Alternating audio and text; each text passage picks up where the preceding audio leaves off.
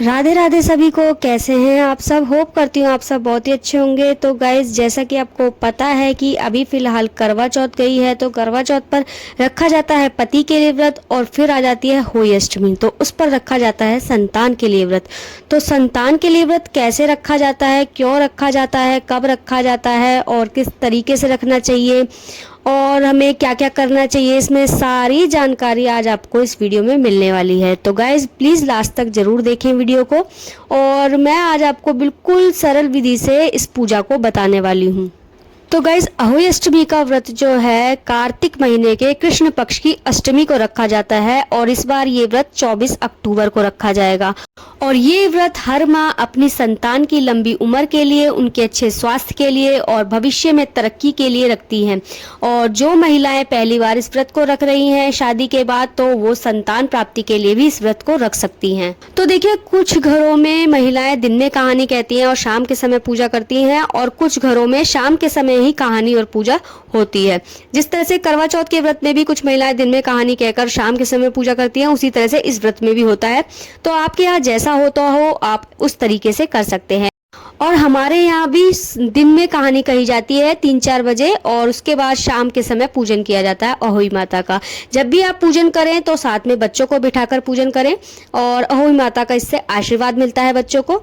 और देखिए, सबसे पहले आपको बिछानी है एक चौकी, क्योंकि ये पूजन भी नीचे बैठकर ही किया जाता है। तो आप एक चौकी बिछा लें, चौकी पर लाल कपड़ा बिछा लें साफ सुथरा, और उसके ऊपर चावलों का आसन देने के बाद अहोई माता की स्थापना करें। स्थापना करने के बाद आपको लेनी है जेघड़। जेघड़ मतलब कलश से होता है यहाँ पर।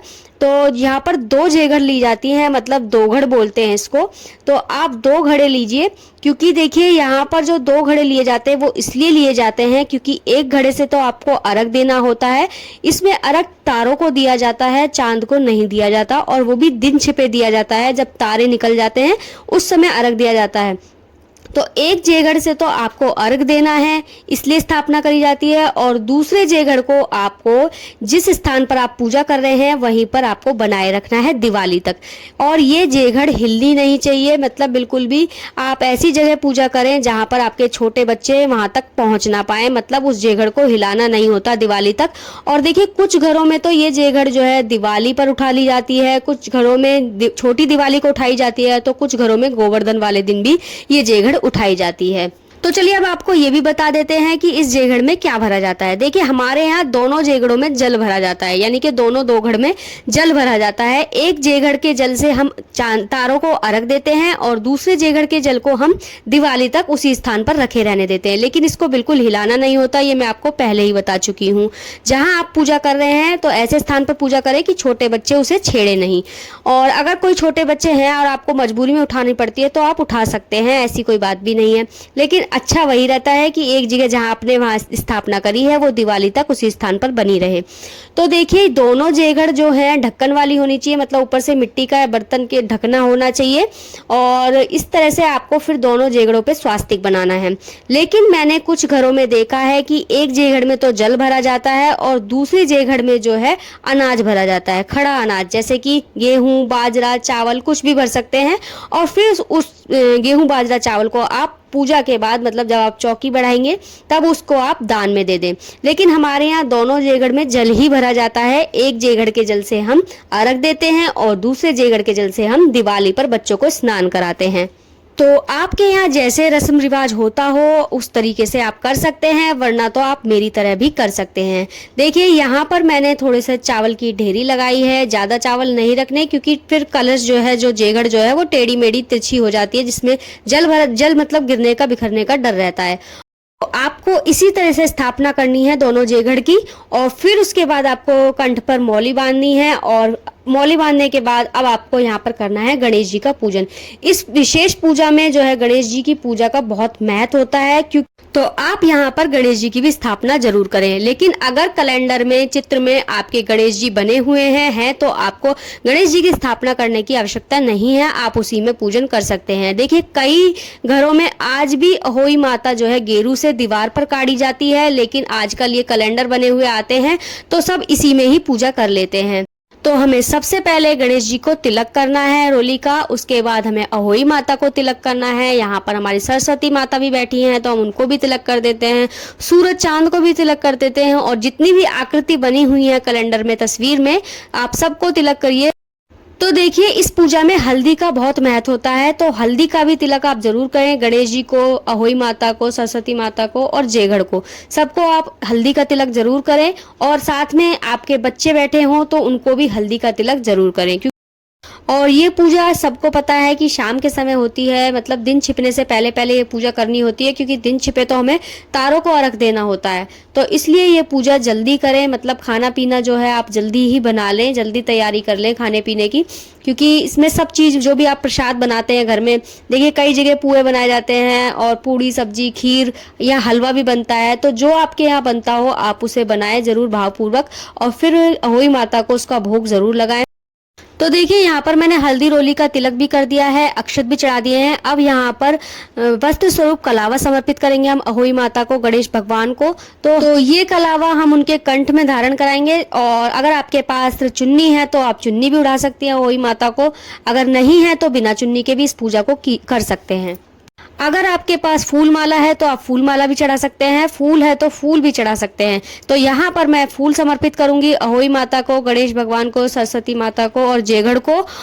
उसके बाद हमें एक दीपक जलाना है। दीपक आप मिट्टी का ले सकते हैं, यहाँ पर मिट्टी का नहीं है तो आपके पास जो जोत हो पीतल की, आप उससे भी यहाँ पर जोत कर सकती हैं। तो जोत करने से पहले आपको कुछ चावल रखने हैं, जैसे आपने जेघड़ के नीचे चावल रखे थे उसी तरह से आपको दीपक के नीचे भी कुछ चावल रखने हैं पहले। उसके बाद आपको दीपक प्रज्वलित करना है। तो दीपक आप घी का भी ले सकते हैं, तिल के तेल का भी रख सकते हैं। यहाँ पर मैंने दीपक प्रज्वलित कर दिया है। दीपक प्रज्वलित करने के बाद आपको दीपक का भी पूजन करना है। दीपक के ऊपर आपको हल्दी का, रोली का तिलक करना है चारों तरफ। उसके बाद आपको स्याऊ माता की माला लेनी है। देखिए, अगर आपके यहाँ स्याऊ माता की माला पहनी जाती है तो आप ले सकते हैं, नहीं पहनी जाती तो आप इसको स्किप भी कर सकते हैं, मतलब कोई बात नहीं, आप बिना इसके भी पूजा कर सकते हैं। तो यहाँ पर हमारे यहाँ स्याऊ माता की माला को पहना जाता है और पहनाया भी जाता है जेघड़ को। तो आप यहाँ पर जरूर जेघड़ को इस समय माला पहनाएं, और इस माला को आप पहनकर भी पूजन कर सकते हैं। देखिए, अगर आपके यहाँ दिन में कहानी सुनी जाती है तो आप इस माला को पहनकर कहानी सुने। अगर आपके यहाँ दिन में कहानी नहीं सुनी जाती, शाम के समय ही पूजन करा जाता है, तो आप खुद ना पहनकर इस तरह से जेघड़ को पहनाकर भी पूजन कर सकते हैं। तो जब आप इस माला को पहने उससे पहले आपको इस पर तिलक करना है। अपने तिलक करने से पहले आपको माला पर तिलक करना है, उसके बाद ही आपको ये गले में पहननी है। अगर आप जेघड़ को पहना रहे हैं तो पहले जेघड़ को पहनाए, फिर आपको इस पर रोली और हल्दी का तिलक जरूर करना है। तो यहाँ पर मैंने जेघड़ को पहना दी है माला, और उसके बाद मैंने हल्दी रोली का तिलक भी कर दिया है। उसके बाद देखिए, आप भोग में जो भी कुछ रखना चाहते हैं वो सब रख सकते हैं यहाँ पर। तो आप जो भी रसोई में बना रहे हैं सबका माता रानी को भोग लगाएं। अगर आपके यहाँ नहीं बनता ऐसा कुछ तो आप बताशे से भी इस पूजा को कर सकते हैं। तो यहाँ पर देखिए, मैंने फल का भोग लगा दिया है, पुए का भोग लगा दिया है, और जो भोग आप माता रानी को लगा रहे हैं उसी में से थोड़ा सा भोग प्रसाद आप जेघड़ के ऊपर जरूर रखें, क्योंकि जेघड़ भी कभी खाली नहीं रखी जाती, मतलब कलश कोई भी हो खाली नहीं रखा जाता, उसके ऊपर जरूर कुछ ना कुछ रखा जाता है। तो यहाँ पर मैंने पुए रख दिए हैं जेघड़ के ऊपर, और फिर उसके बाद बायना निकाला जाता है। बायने में आप साड़ी सूट कुछ भी जो देना चाहती हैं अपने सासू माँ को, जेठानी को, ननद को, या फिर आप मंदिर में पंडितानी को भी दान दे सकती हैं। तो यहाँ पर आप साड़ी सूट जो वो पहनती हो वो निकाल सकती हैं, उसके साथ कुछ सुहाग का सामान और दक्षिणा रखकर यहाँ पर बायना रख सकती हैं। और फिर इसको भी मिनसना होता है, जैसे करवा चौथ के पूजन में आप बायना मिनसती है, ऐसे यहाँ पर भी ये सब चीज मिनसनी होती है। लेकिन उससे पहले अगर आपने कहानी नहीं सुनी है दिन में तो यहाँ पर पहले आप कहानी कथा कहें अहोई अष्टमी की और गणेश भगवान की, और इस तरह से हाथों में फूल और चावल ले लें थोड़े से, और फिर आपको कहानी सुननी है। और कहानी सुनने के बाद आपको थोड़ा सा हाथों में जल लेना है, और जल लेकर इस तरह से पल्लू लेकर आपको सीधे हाथ से इस तरह से फिराना है 3 बार या 5 बार। इस तरह से फिराने के बाद आपने मतलब ये सारा सामान जो है मिनस दिया है। अब आप ये सब सामान अपनी सासू माँ को या जिस किसी को भी आप देना चाहती हैं उनको आप दे करके आ सकती हैं, लेकिन आपको पैर छूकर और दक्षिणा देकर ही ये सब सामान उनको देना है। देखिए, हाथ में आपने जो चावल और फूल लिए थे उनको आप पल्लू में बांध लें, और जब तारे निकल जाते हैं तब आपको वो चावल जो है जेघड़ में डाल करके और अर्घ देना है तारों को, और उसके बाद ही आपको व्रत का पारण करना है, मतलब व्रत को खोलना है। और एक जेगड़ को आप पूजा के स्थान पर ही छोड़ दें, यहीं पर जहां पर आपने पूजा की है, और दिवाली वाले दिन इसको उठाएं और इसी के जल से आपको बच्चों को सुबह के समय में स्नान कराना है। जितने भी बच्चे हैं सबको स्नान कराएं, क्योंकि ये जल बहुत ही शुभ होता है, बच्चों के लिए बहुत ही अच्छा होता है। तो इससे आप बच्चों को जरूर स्नान कराएं। कि ये माला कब पहनी जाती है, क्यों पहनी जाती है और कैसे पहनी जाती है, और इस माला में जो बीज पड़ते हैं ये हमें कब कब बढ़ाने चाहिए, तो सारी जानकारी आपको उस वीडियो में मिल जाएगी। आप जरूर चेक करें। और देखिए, एक बात मैं आपको और भी बता देती हूँ कि जो जेघड़ के ऊपर आपने खाने की सामग्री रखी है, वो चाहे कुछ भी हो सामग्री, आप उसको बायने में ही दें, खुद उसको ना खाएं। तो गाइज इसी तरह से की जाती है अहोई अष्टमी व्रत की पूजा। अगर आप भी इसी तरह से करना चाहते हैं तो बिल्कुल कर सकते हैं। अगर आपको वीडियो अच्छी लगी है तो प्लीज वीडियो को लाइक शेयर कमेंट करना बिल्कुल ना भूलें। अगर आपका कोई सवाल है तो आप उसे कमेंट करके पूछ सकते हैं, और आगे भी मैं इसी तरह की अच्छी अच्छी जानकारी आपके लिए लाती रहूंगी। तो प्लीज चैनल को भी जाकर सब्सक्राइब करें, और मिलती हूँ आपसे नेक्स्ट वीडियो में। तब तक के लिए राधे राधे।